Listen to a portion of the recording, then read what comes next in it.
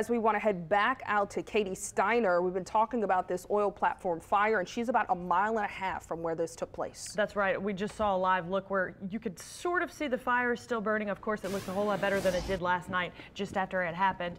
Of course, 7 workers were rescued. There's one that they're still looking for that we believe after the press conference last night. Katie, and they said that they searched for that missing worker throughout the night. Can you see any search efforts? Can you see any boats or any helicopters? I know it's sort of far away for you. It's very far away and it's pretty dark, but we did see a helicopter probably 3 hours ago. No helicopter at this point. So I'm going to show you what we're looking at right now. You can see that flame, but this is about a half of a mile to almost a mile out there. So this is very, very far, but compared to what we were seeing last night at 8 p.m., this is a very small flame. Now, obviously we don't know how big it is, but it is significant that it is still burning about 9 hours after the original explosion. So that original explosion happened last night around 8 o'clock.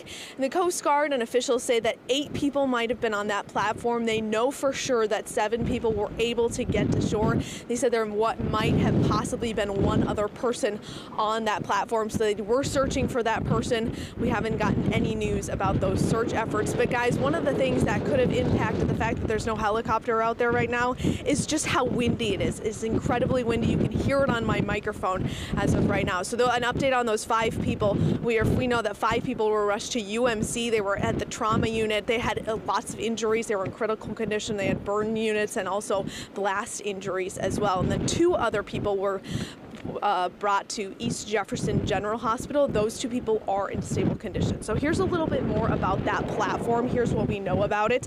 Now, this is a specific production platform. So what that means is there is no drilling in this platform or no sucking in this platform either. This is simply a storage platform. They call it a hub. And officials say that the explosion might have happened after cleaning chemicals on that platform caught fire during some sort of a maintenance job. That could be a possible reason for this fire or a spark to this fire. But again, they're going to be investigating this, trying to figure out exactly what happened. They can't really do that investigation until the flames are gone. So the other thing that officials said in that press conference is they said that there could be oil leaking into the lake. Now, we went down to the water just about 5 minutes ago and there was nothing. We didn't see any sheen on the lake, nothing irregular, but keep that in mind. It is very dark and we really couldn't see a lot, just what our flashlights from our phones were. That's what we were able to see. So a little bit more about this platform. It is owned by Coveley Oil Company Incorporated. That company is based here in New Orleans,